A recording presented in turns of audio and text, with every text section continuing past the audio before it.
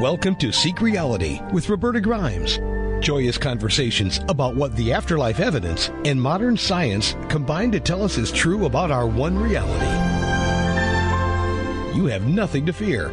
You are eternal and you are perfectly loved. Knowing the truth changes everything. Now, here's Roberta. Hello, my dear friends. This is Roberta Grimes on Seek Reality with one of our very favorite guests. I'm delighted you're here today.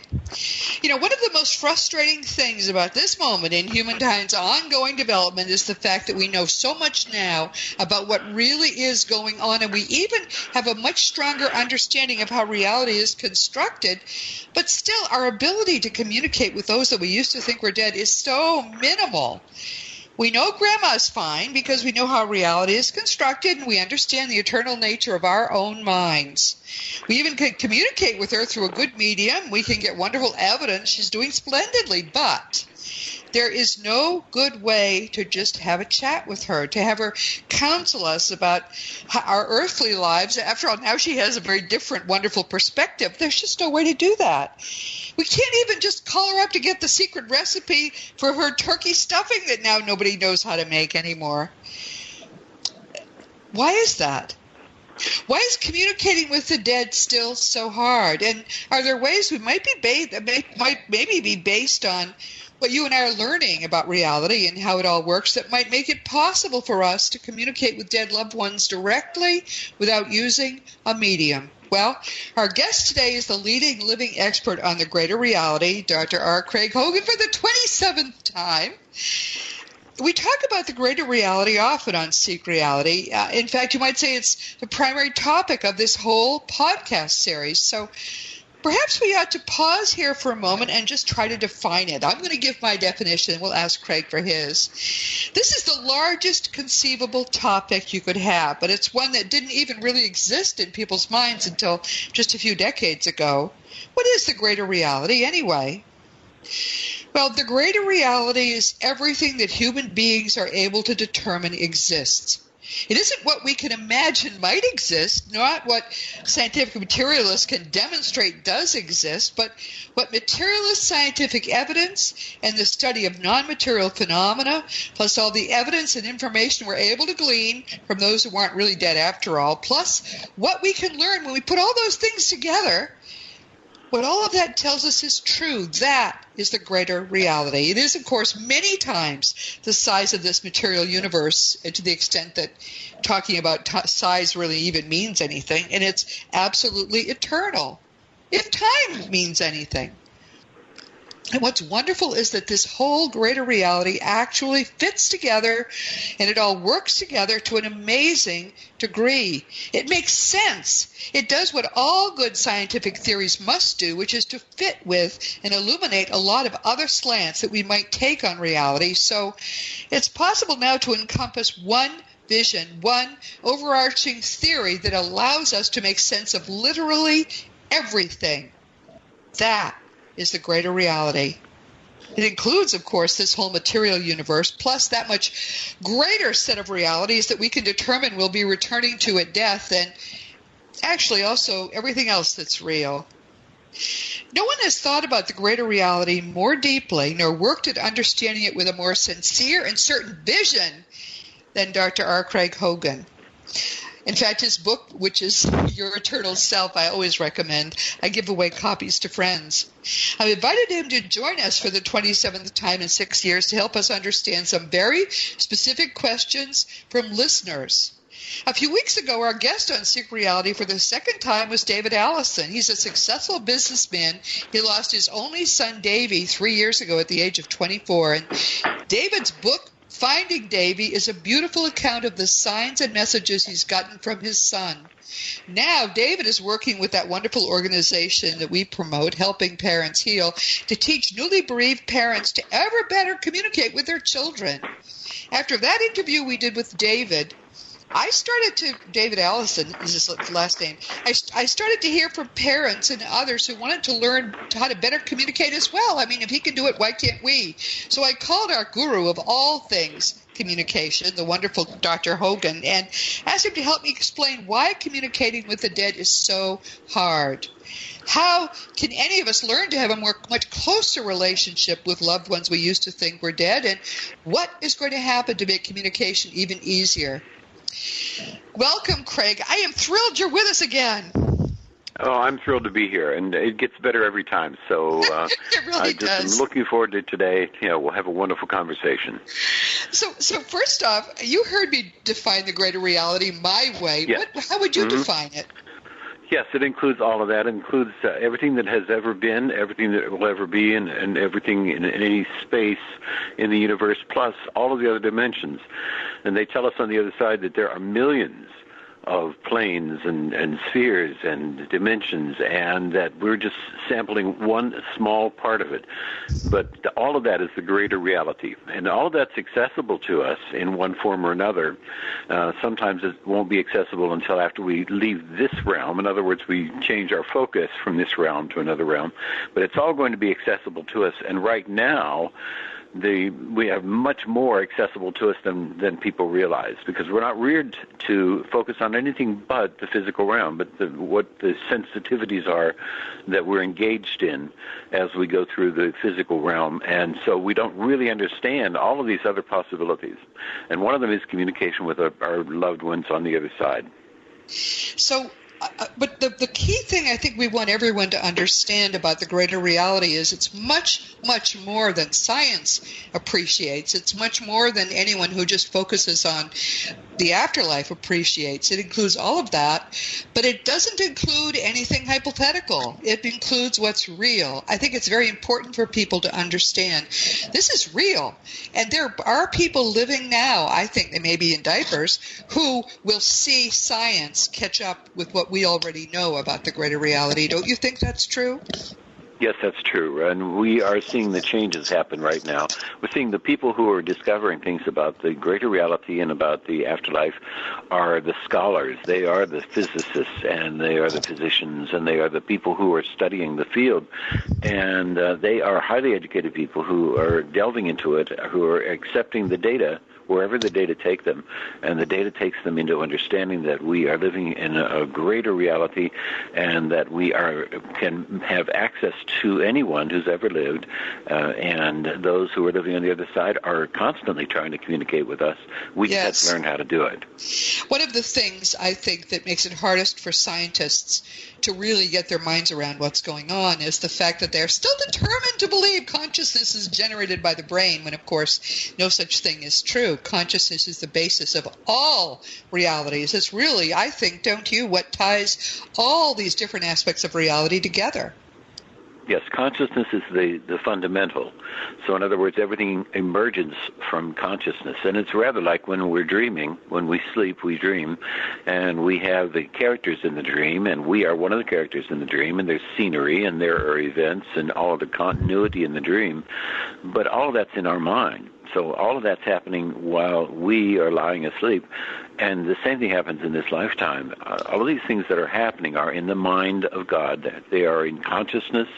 They are something which happens, and we are experiencing it, but we are not seeing a physical realm. There's nothing out there that is separate from us. It's in the mind. So the mind is fundamental.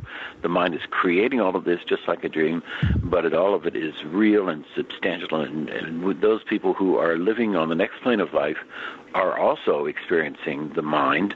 It's just that they have a different focus. They're just focused on a different vibration. And so their focus is a little bit different from ours, but it's only because of the fact that they've agreed to focus on that.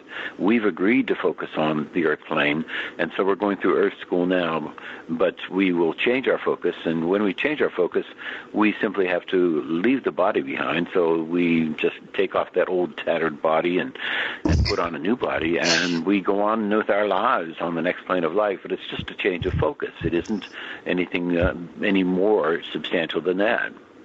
So we know now also that if you have been alive on Earth, you are, and you've shed your body, as you just said, you are alive still. I mean, people don't die. In fact, it seems to be impossible for people to die. Isn't that true? Yes, it's impossible. So in other words, we will live, we are eternal beings. And that's difficult for people to understand because we live in a world of causes and effects, beginnings and endings.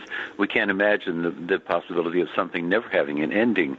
But if we think about matter and energy, if you take the materialist point of view, the matter and energy are eternal. Things Yes. are not things are not being created in the same way that they would be created if somebody decided to wave a magic wand and make them happen. Everything is eternal, and there's no reason not to believe that consciousness is eternal. Consciousness is eternal just as much as what they say is matter and energy. But actually, matter and energy are... Craig, they said matter is neither created nor destroyed, but it just changes form. That's a very good point. Yeah. So scientists know this too. They're just clueless. They know that, Yeah. and they also know the consciousness is eternal. The panpsychists, who are people who believe that consciousness is in everything, believe that consciousness evolved or consciousness came into being because of the fact that it had to have been at the beginning. So whenever the Big Bang happened, and that was really not the beginning, that was just at one point when the Big Bang happened. There had to be something before that, but they believe that then when the Big Bang began, then there must have been consciousness in the universe because consciousness appeared later and it couldn't have simply come out of nowhere. That's and so it's called panpsychism. Right. Yeah, it's the belief that there is consciousness in everything in some form because it was in the original universe. But we know the fact that since the universe is eternal, we are eternal beings and we do not die. What we do is we just take off the tattered overcoat that we've been wearing, throw it in the corner, and we go on with our lives at the transition. All right, well, that's beautifully said. So Grandma still exists. Grandma is happy, healthy, young, has a nice young body, all of that. Why? And we also know that there's no such thing as space or size, really. Just as if you have a thought, how big is your thought? It's just not a concept that is related to consciousness, which is, of course, all that exists. So that all being the case, and we know Grandma's right here, just at a higher vibrational level. Why can't we communicate easily? What is it that makes that hard? Yeah, the only thing that makes it hard is that we haven't been reared to do it. So in other words, we weren't raised as children to communicate with loved ones who are on the next dimension. Had we been raised that way, we wouldn't think twice about it. It would be something which would be a natural part of our lives. We could be sitting around the breakfast table and with our family, and Dad would say, "Oh, I sense that Grandma's here with us," and everybody would say, "Hi, Grandma. Thank you for coming to breakfast. Beautiful. Pull up a chair and we want to talk with you for a while." And that would be the most natural part of our lives if we had been reared as children to do that. But we haven't been, and we have learned how to focus on thoughts as though they were only ours, as though they came out of our head and they were private, and no one would ever understand them or see them. And we don't realize the fact that we can communicate with them through our thoughts, through the mind, and they can communicate with us. And all we have to do is learn how to do that, what we weren't taught to do as children. That is amazing. I mean, what I have said to people is, for example, one of the reasons is we are so steeped in materiality. It's like your Channel 5 newsman and your Channel 7 newsman wanting to communicate on air. They're on two different channels. And how are they going to communicate if they don't even have a phone? They can't because they're at two different channels.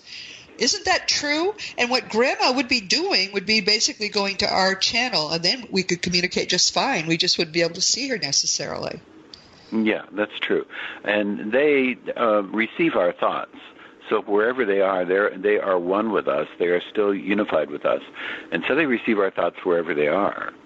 So that if they are doing something, they go on with their lives on the next plane of life because they're growing spiritually and they're enjoying life. They're having wonderful. They're going to concerts and going to plays and having. Yeah. They're going fishing if they like to go fish. Whatever it is that they want to do. So they're going on with their lives, but they are intertwined with us in our mind. So they get our thoughts. If we think about them, then they will come to us. If we ask them to come, they will come to us. So they communicate easily with us. The problem is that we don't get the communication from them. It's not that they're not communicating. Someone says, I can't understand. My Fred has left, and it's been 3 months, and I haven't heard anything from him. I thought he'd try to contact me. And what the woman doesn't realize is that he's been doing it every day. Yeah, trying hard. Constantly, just trying hard to get through, to say, I'm here.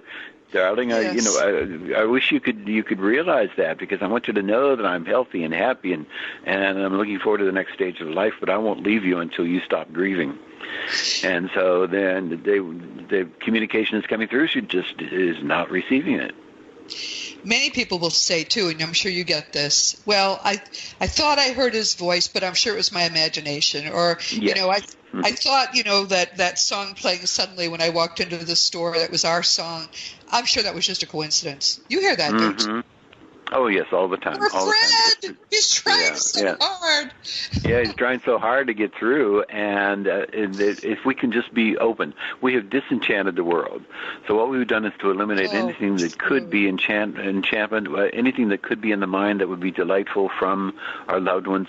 We've taken that out because we don't trust ourselves, and we just have to learn how to do that. We have to learn how to relax and allow things to come to us. Because if we do that, then they will come. And the more that we allow that to happen, the more we communicate with them actively in this way, the more they'll communicate back to us. And so we'll hear from them more every day. And what happens is, as soon as we relax our minds and we're not so focused on the physical realm, then they can get through to us. And that's what happens when someone hears what sounds like his voice, or they get this thought in their head, and it's the kind of a thought he would have given to me. And it usually happens when they're doing the dishes, or they're driving the car, or doing something mindless, and that's when they relax their mind. Yes. And then those people are on the other side are able to get through to them, and that's when the message comes through, and they just have to accept it. But not only accept it, but then after they've accepted that, then respond. What would you say to them? And respond. What do you tell people who say to you, gee, I thought this was Fred, but it really wasn't? How do you tell them to respond? Yeah, just tell them to start the dialogue. What would you say? If Fred had come through and you had the feeling like he was saying, I'm always with you, then you would just respond to that. Don't think about whether it was or not. Don't make the judgment about whether it was. The chances are much greater that it was than that it wasn't. Right. And so accept that and just respond and say, I know you're always with me. And then you may sit down for a moment and just say, I've been thinking about you, and I want you to know that I'm taking care of the children as well as I can, and just start a dialogue. And then what happens is the first thing that comes into your mind after you make a statement is going to be them responding. And sometimes, because they know your thoughts already, they may respond even before you finish the statement or the question. Yes. And so the first thing that pops in your mind, that's them. And continue the dialogue. Just carry it on. Don't worry about whether it is imagination, or because it's not imagination. It's them coming through. And so you'll know that. I mean, you have the feeling, and when you get that thought in your mind, of something, the thought about, wouldn't it be wonderful to go canoeing today? And that thought just comes into your mind, and you say, oh, I think that's Fred. The fact that you thought it was Fred is the validation. Yes, I mean, that's the message. Yes. Automatically, because you say, yes, that's Fred. You don't even think, oh, that was just a random thought. You think, oh, that was Fred. And that means don't doubt it. And it was, in fact, that person. That validation will come along with the message. As soon as you feel like, oh, that was Fred, bam, that's it. It was. It was. So just carry on the dialogue. But we need to understand, everyone, that if you think a negative thought, you're putting up a barrier. Grief is a tremendous barrier to communication. So just you're simply saying, oh, I don't think that was Fred. Sounded like Fred, but nah. When you think that, you're making it harder for Fred to get through to you. You don't want that. Or Grandma, or whoever it is. You want to encourage this open dialogue. So opening your heart this way. One of the things you can do, too, to learn to quiet your mind is meditation, and that's what David Allison was talking with us about. Great interview. It's recent, so you can look it up fairly easily. But that's how he began to communicate much more deeply with his son Davy, because your monkey mind is very active, and once you get it out of the way, which meditation helps you do. It becomes much easier for there to be good, clear communications that you really can't deny. But they don't start out that way. They start out as oh my goodness, I think that may have been something Fred was thinking. Immediately, as Craig said, yes, it was. Don't even question it. Go ahead, start communicating. And I tell people in the beginning, I don't know if this is true, Craig, that it can be good to communicate aloud, because that creates additional positive energy. If you're saying, I love you, Fred, I'm so glad you're here, there's positive energy you put into the world right there. Yeah, and it is, if you are accustomed to doing that, if it's comfortable for you, then speak aloud. And if it's more comfortable to speak in your head, then speak in your head. The messages are going to come through in the same way. They're actually going to come through telepathically. Right. So that even if you speak aloud, it's going to come through to them telepathically, and their messages to us are telepathic. But it is rather like, it is much like if you try to remember the image of the person who reared you, the person who was in your early life, then you do that instantly. It instantly comes to your mind. You don't have to do anything special to be able to make that happen. And what happens when they communicate with us is that they are thinking, they're communicating in the same way. So they're bringing into our minds what we would bring if we brought the image of someone into our mind. And so they bring that into our minds. And so then those images, or it can be even sensations, so we can get the feeling of touch, all of those senses will come to us. And when we do that, when we feel those, then all we have to do is accept them, because they brought that to our mind. It's like our thinking together in the same mind, because we are one mind. And then if we accept that and go with it, then they will become, we will become better at it. They will come more normally and more naturally and more often. And so then we will have communication with them whenever we want to. One of the things it can be good to do in the beginning is become familiar with the kinds of signs that the people who have died recently are most likely to give us, because there seems to be a process trend kinds. When you know what they are, you'll look for them, and then you'll be able to receive them a lot more easily. My book, The Fun of Staying in Touch, lists a lot of the common ones. There are other books, too, that talk about those. But it can be helpful if you're always looking for the signs. Butterflies, dragonflies, familiar scents are very common. Don't you think those are extremely common? I never realized how common they were, but I hear about them all the time. Yeah. I walked into the kitchen and it smelled like Grandma was cooking her special stew, that kind of a scent. Or I smelled Grandpa's pipe, that kind of thing. Yeah, and what happens is all of these sensory impressions that we get are in the mind, even the ones that we get, colors, for instance, are in the mind. Yes. Smells are in the mind. And so then the apparatuses by which we get them, the senses, in the physical realm are not, they are not consequential. No. The experiences exist all by themselves. And the sensory apparatuses that we have that we associate with the body are really not what's creating the senses. The senses are experiences that we're having in the mind. Well, so we have the experience. Funny story about that. A fellow told me that when they first went into somebody's house, they immediately smelled her stew. And it was a very strong smell. He said it was amazing. And he said to his wife, "Oh, I smell her stew." And she said, "I do too." He said, "Nah, that's not her stew." He said instantly he could no longer smell it. She was still smelling it. He was not. He turned basically as the minute he doubted, it stopped. And that's an important insight, it seems to me, and it's the insight you just made, which is since this is all happening in your mind, it's very important that you not doubt, because if you do, you'll turn off what are beautiful signs from our loved ones. Mm-hmm. Yeah, that's exactly what happens. In fact, the studies have shown that when people are looking at pictures and they're getting impressions from the pictures about what is in the picture, they can predict what picture will be coming up next when they're shown pictures. But if they try to guess what the pictures are, they'll get it wrong. But if their bodily functions, when they have electrodes on their skin to measure skin conductance, their bodies are reacting to the pictures. and they then will be able to get the reactions before the pictures are shown. Wow. But if they try to guess at what the pictures are, then they will get it wrong. And the reason for that is because when you get the conscious mind involved in it, then that interferes with them coming through.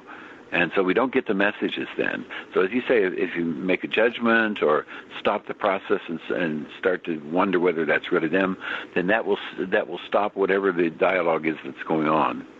Wow. Now you have helped to teach people to do to learn how to communicate directly in their minds with their dead loved ones. And we talked with, there are several, everyone, look up Rochelle Wright. She's someone who uses this in therapy, and there are others too who do. Talk a little bit about your induced afterlife communications process, which people can get for free. I hear from people who swear by whatever it is you're teaching them, and it's for free on the internet. Talk about that a little bit. It's a self-guided afterlife communication process. And what it does is to teach people how to be open. So it teaches you how to allow those messages to come through, and then to trust that they're coming through. It's called self-guided afterlife communication, and it is free online at selfguided.spiritualunderstanding.org. And the process is simply a process that we teach in stages, in 8 stages, and it goes all the way from teaching you what it is that's going to be happening through the end stage. And the last stage is where you can just sit down anywhere. You can be in a doctor's office, and you can just sit down and just relax into this state of mind, and you can have a communication there. So it's a skill that anybody can learn. You mentioned meditation. Meditation enhances the skill. It allows those messages to come through. So meditation is a wonderful way to do it. Most people have difficulty meditating, and so the self-guided afterlife communication method is a faster way of doing it. It simply takes you into a state of mind in which you can make this happen, and it's all free. You know, you can get on and do it, and you can learn how to do it easily. And then we have people who have gotten on it, and now they communicate with their loved one every day. Yes. So they just sit down for a while and relax and go into the state of mind in which they can communicate and just have a communication. We're going to have Rochelle on with us again in just a few weeks. Rochelle Wright is a therapist, and she uses this. In her case, it's guided. She guides, or the people she's trained has guided you through an encounter with your loved one. And what seems to happen, and I find this like unbelievable, but people have real physical experiences with their loved ones inside their minds. They walk on a beach, they hug, they swear to me, the people I've talked with, it's as real as if it were happening in the sort of physical reality, but it is happening with their eyes closed in their minds. And so they can be again with the people that they thought they'd lost. And I remember one woman, when I said, well, what was your grief before? She said, it was at least 11. I didn't want to live without him. And then, what was your grief after? And she said, I think it was a 2 or a 3. That's how miraculous it is. Is that even possible, Craig? I just find it incredible. Yeah, Rochelle's method is 98% successful. So 98% of the people who come in will have an afterlife communication. And she uses a method which is called bilateral stimulation, in which she helps people to go into the state of mind. And it's also the same method that's used in EMDR, eye movement desensitization and reprocessing.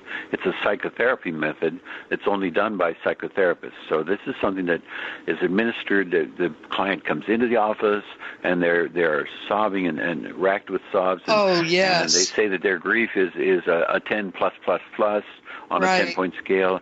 And then after one session, then they walk out of the office. They're just joyous. They say that their grief is down to a 0 to 3, somewhere in that range. Yes, isn't that amazing? It's just amazing, and no grief therapy is able to do that. So the grief therapy is notoriously unsuccessful. But this then heals grief, and it does it in virtually every instance, so it's 98% successful. But what's happening is that when she puts them into this state of mind, and I've gone through it myself, I've had her take me through it, just a fantastic, wonderful experience. When they go into the state of mind, you understand that all the senses are in the mind. So that the sense of smell, the sense of taste, the sense of sight, hearing, all of these happen in the mind. They don't happen in the physical realm. They don't happen in the body. And that's the reason you can hypnotize somebody and then do surgery on them, because pain is in the mind. It's not in the body. Wow. And all of these senses are in the mind. So what happens is when you enter this state of mind in which you can allow these things to happen, then you go through all of the same sensations, all of the same feelings. There was a woman whose name was Carol, and her daughter Kate had been killed in a car accident. And Rochelle took her into the process, and she said that she could, first she saw Kate, and then she reached out to her. Kate reached out to her. She said, I can see her fingers. I can feel her. I can feel her hair. And so then they walked together along a path, and they went over to where the accident had happened, and she explained to her what happened in the accident and how she had felt during that process.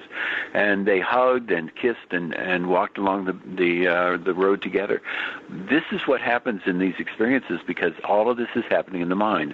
Even our experience in life, our experience on the earth plane, everything is happening in the mind. It's not happening in the physical realm. Yes. So we can have these connections in which the things are happening in the mind, and they will be just as vivid and just as real.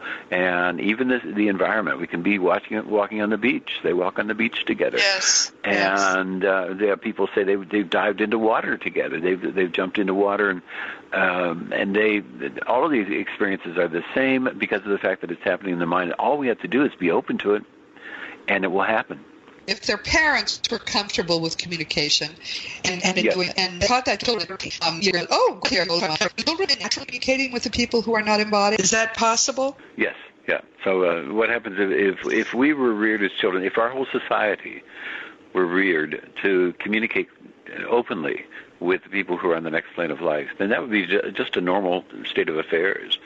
So we might be out with friends, and we're sitting down at the table, and we talk about Fred, who has transitioned a month ago, and you're sitting down at the table, and one of the friends says, "Oh, Fred is here with us."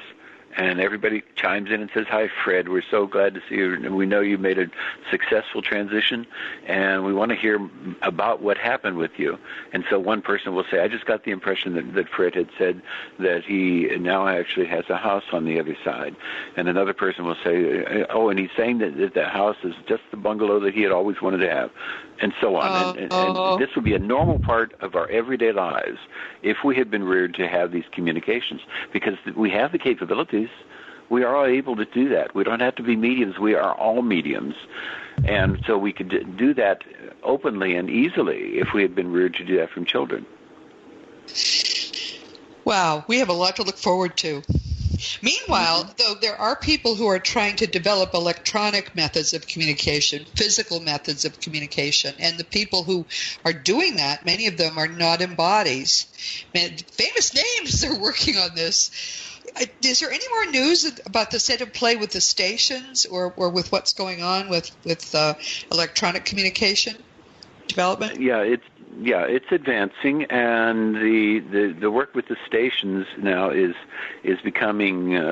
We are confident enough in what we're getting that the Sherry Pearl, who is the lead researcher in doing this work, who learned from Sonia Rinaldi, who's the worldwide researcher. She is a phenomenal researcher in afterlife communications and using instruments, video and audio. And Sherry Pearl now is doing readings for people. She's just getting the voices on electronic equipment of their loved ones who are on the next plane of life. And so that's happening routinely now. Sonia is getting them. Sonia was doing, she did as many as 163 parents in a month, with as many as 200 messages in each session. And she would have the recordings and give them to the parents, and they would listen to them, and they'd say, "Yeah, that's little Jimmy, and that's Julie." And they had wonderful uplifting messages, and she's still doing that work now. She's focused on the visual now. She's getting the impressions of pictures from the other side. But we are advancing rapidly and being able to do that. And I look forward to a time in the future when we can have people come into an individual who's able to do the ITC work, instrumental transcommunication work, and they can help them to communicate. The master, Marcello Bacci, who was an Italian who had an old tube radio that he used, and he would get messages through the old tube radio, and he's retired now. But there are other people who are working with this and attempting to do the same thing, and they would have dialogues with people through this old tube radio. So it's possible for us to get the voices of our loved ones from the other side coming through instruments such as video, audio, and tube radios. And so now we are continuing to do that, and we're advancing in it, and I would expect that in the future we won't be able to dial up as easily as getting on a telephone, but we will be able to communicate easily and to get recordings of people on the other side. One of the things that interests me about this is apparently those who are working on this, who are not in body, want to emphasize communications of parents who are grieving with their children, which is wonderful. But Sonia gets pictures sometimes of the child, and the child looks years older than when that child passed. Isn't that interesting? Yeah, it is interesting, yeah. And what happens on the other side is the children are going to grow up on the other side. They're going to mature until they're in their 20s or 30s. If a person passes and goes to the other side and is elderly, then they will then have their bodies that they had when they were in their 20s and 30s, and they don't have to ask for it. It's something that happens. Can't wait, right. Drop off the old body. Feel that way, yes. Yeah, it's had a few miles on it, so it's time to turn it in for a new model, that's for sure. Yeah, and so that's what happens. And, so I've already asked for Brad Pitt's body, so we'll have to see if that memo gets through. But they say you can sort of look the way you want to look. Exactly.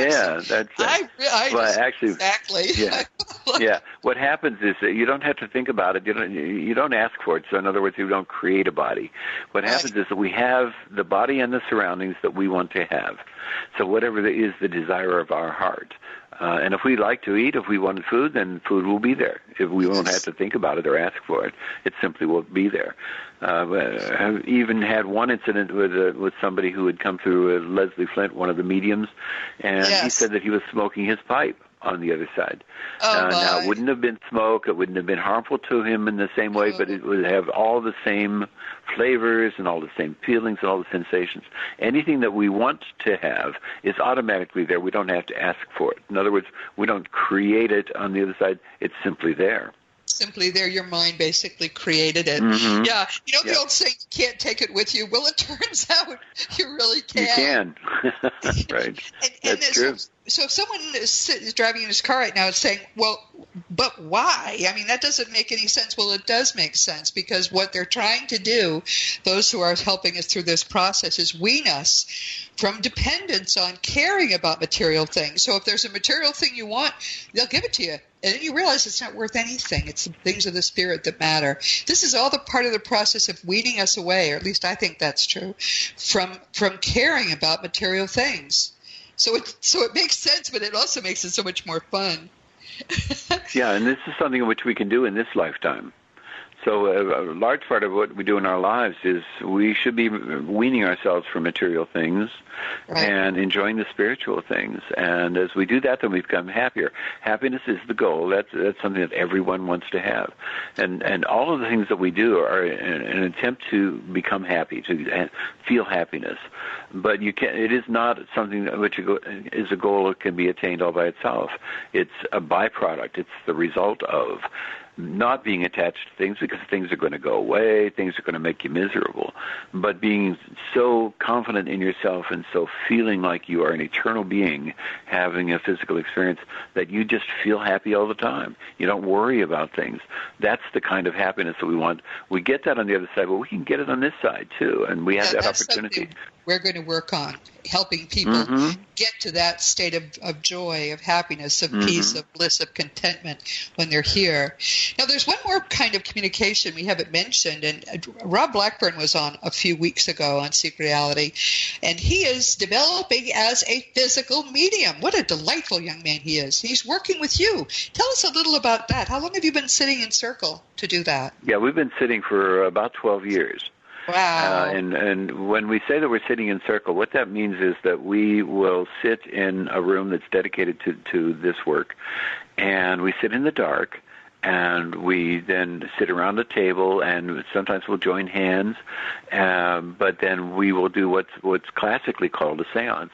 But it's not the seance that you would think of. It's not the seance where you summon up the spirits kind of thing. Yes. This is just, we sit around the table, we are deeply in love with each other, we are in harmony with each other, we just think highly of everyone in the circle, and we sing songs and have fun and just laugh and enjoy ourselves. And because of the fact that we are in harmony, that we love each other, and that we're singing songs together, we raise our vibrations, and the team on the other side work with us to change the atmosphere and to change our bodies and to change the circumstances, so that over a long period of time, over, in our case, 10 or 11, up to 12 years, I think it's up to 12 years now, that they have changed the circumstances to an extent that they can start to make things happen in the room.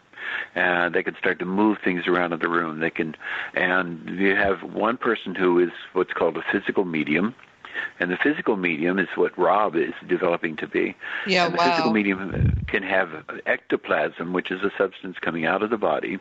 And the substance coming out of the body then can do things in the room, can make things happen in the room, and can even envelop then the etheric body of an individual who comes in and materializes, so that we have the person coming from the other side and they materialize. And I've been at seances in which the physical medium sits, and the materialization person, the person who comes from the other side, stands in front of their loved one in the circle and talks to them, and even will kiss them on the forehead. And yes. So I've been in seances in which this has happened. Yes. And it's called physical mediumship. It's a wonderful, dramatic demonstration of the fact that we continue to live after the body dies. And it is something which many people can develop. But as of right now, we have few people who are physical mediums because it's so difficult to get people to sit for 10 or 12 years and wait for it to happen. Continuously. This is that continuous sitting. You spend a couple of hours on Sunday nights. Is that what you do? How often do you sit? Every Sunday night. Every Sunday night for an hour and a half. Okay, well, that's not a big commitment when you think about it, if what you're trying to do is something so amazing. Because people go to church every Sunday. Yes, this is very like that, only it's so much more productive than going and sitting and listening to a sermon. Right. Wow. Okay. Well, that's something I think that we're going to be talking about more, helping people begin to see how they can just begin to sit in circles with their friends. And if you're willing to stick to it and do it once a week for 10 years, 12 years, you too can have these extraordinary experiences. Because if you're serious about it, if you and your group of 4 or 5 or 7 friends are serious about doing this, they can tell. The people not in bodies can tell who's serious. And if you'll stick with it, they'll stick with it. And they will do amazing things. It's something I wish that I had other people here interested in doing. I think I'd try to do it too, Craig. Watching your circle develop has been a wonderful thing. Mm-hmm. Yes, oh my goodness! Well, everybody, we've come to the end again. I can't believe I could go on for another hour with you every time. But what do you want people to know about communication then, most of all? Most of all, to realize that everyone can communicate, and their loved ones are endeavoring. They're really working hard at communicating with us, especially right after their passing. So they are communicating with us. We can communicate with them. All we need to do is to learn how to relax away from the physical realm, and we can do that through meditation or through relaxation or through self-hypnosis, through the self-guided afterlife communication method. And we can then have conversations with them. We can enjoy that time with them and reestablish a relationship. So we have a continuing, ongoing relationship with them that doesn't end when they stop using a body. And all we have to do is learn how to do that. And that means just relaxing and allowing it to happen and being confident that it's them that's coming through. If you're interested in knowing how this all looks from the viewpoint of a pretty advanced being who has just died, you really need to read, everyone, Mikey Morgan's book written with Carol Morgan called Flying High in Spirit, a young snowboarder's account of his ride through heaven. Mikey died at the age of 20, and his parents, everybody was devastated. And you can see him. He talks in his book about how, because this was all dictated by him. It was written by a dead person, a newly dead young man. And he talks about how hard he worked to get people to understand. Sometimes it couldn't be his family at first because they were too devastated. But other people he would get through to, they would go and speak to his, and little by little, he was able to develop a new relationship with his family, which is different, but it's really as close and intense as it ever was. So if you're interested in this topic, that's a great book to choose. Craig, thank you so much. We're going to do this again soon. We have a couple of topics actually lined up over the next couple of months. So thank you for being here. Yeah, looking forward to it. Big hug. And everyone, This has been Seek Reality with Roberta Grimes. I'm so glad you could be with us today. I always love talking with Craig. Please never forget that you are a powerful, eternal being. You never began. You never will end. And when you really get what that means, it's going to change everything in your life for the better. All of the things we talk about are real. They're not woo-woo. They are just a part of what is true about reality that materialist scientists don't want to study because it's not material. But they will get there. Little by little, they're giving up on materialism. My favorite magazine, of course, is Scientific American, and I'm watching them begin to despair and give up. And the fact that they are running people now like Bernardo Kastrup, our wonderful, wonderful friend who just got his PhD with a thesis showing that consciousness is all that exists. Isn't that incredible? Well, this is all happening right now. So little by little, things are changing. But meanwhile, you and I have to live our lives, do our work, and we live it in the greater reality. We may as well now try to understand that greater reality, and that's part of what this is about today. Next week, our guest is going to be Joyce Stewart, here for the 7th time. I really love Joyce. Her path has been in some ways similar to mine. She was a learned and ardent Christian. She was a Christian scholar, and she was literally, as was I, called out from Christianity by Jesus to follow him directly. I think a lot of people are being called this way. They just don't talk about it. But she and I compare notes. It's amazing. He called her out, and she's learned so much about the spiritually and sort of just general reality of trying to become more perfectly what we already are, beings of love, that she has now become a beloved teacher. She's a holistic healer. Next week, Joyce is going to take us into the actual process of spiritual growth, the raising of our personal vibrations away from fear and toward love, how it feels, how it affects us. And there's a whole system apparently, which you don't need to know the system, but I try to give you different ways to approach all of these things that we are working on, because maybe my way isn't exactly yours. You might resonate more with what Joyce will tell you. She's a wonderful teacher. She has an easy way of explaining things, very accessible, and I think you're going to enjoy Joyce Stewart very much. So please be with us next week. And, of course, this week, for the 27th time in 6 years, that doesn't seem like that many, but he's been on, about every quarter ever since we began, our much beloved, treasured friend, the world's leading expert in the study of the greater reality, Dr. R. Craig Hogan. As more and more people find ways to ever better communicate with their loved ones in spirit, more and more people are going to come to realize that actually everybody survives death. Death is the most remarkable non-event you can imagine. And I'm getting more and more questions now about how people individually can have these communication events. So listening to Craig and following some of the things, trying his self-guided communication process, whatever you do, the more you open your mind to these possibilities, the more they're going to actually come. My dear friends, the day is going to come along, and it'll be in this century when everybody is communicating with dead loved ones just as easily as you and I are communicating now. Until then, of course, we have the fun of watching the dawning of what will be a much better, more loving, and a much, much more enlightened world.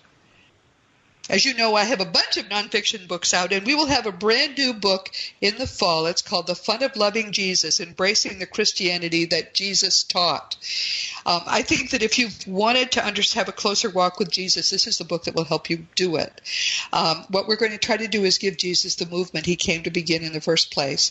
For younger children, of course, there's the fun of meeting Jesus, and soon in the fall, the fun of growing with Jesus. You can order all my books through bookstores or on Amazon, and the adult books, of course, always are available as audiobooks. If you ever want to talk about any of my books, or really, talk about anything at all, just contact me through the contact block on robertagrimes.com. I do answer my emails. And there are people now that sometimes email me every few months or once a year. Don't worry about that. If you have a question, I want to help you get the right answer. Past episodes of Seek Reality are available on webtalkradio.net, realrevolutionradio.com, iTunes, iHeart, and a number of other stations, including those in the wonderful Dream Vision 7 radio family. More and more people now are just listening on the app that's available for free in the iTunes store. And if you ever wonder where Seek Reality can be heard right now, just go to robertagrimes.com and click on the radio tab, because sometimes we move our primary station around, but we're always working somewhere. I'm not going to stop doing this until you stop doing it. And if you want to listen, I'm going to be here to help you. If you enjoy these weekly conversations, one thing you might do is just to read my blog on Sundays, or if you sign up on the website, you'll get it automatically. More and more people are emailing me about my blog posts. Some people have actually said, I couldn't resonate with church anymore, but every Sunday morning I read your blog and think about it. I cannot imagine a more amazing thing for anyone ever to say to me that I was able to help them with that. So the pressure is there. I'm going to keep doing this, and I do it with my whole heart. Thank you for being here, everyone. And meanwhile, this has been Seek Reality with Roberta Grimes. Please enjoy, please make the most of this coming week in our one greater reality, knowing that you in particular are a powerful, eternal being. And you, most of all in the universe, you are infinitely loved. You've been listening to Seek Reality with Roberta Grimes. Roberta blogs and answers questions at robertagrimes.com. Join us every week as we explore what the afterlife evidence and modern science combine to tell us is true about the one reality we all share. Knowing the truth changes everything.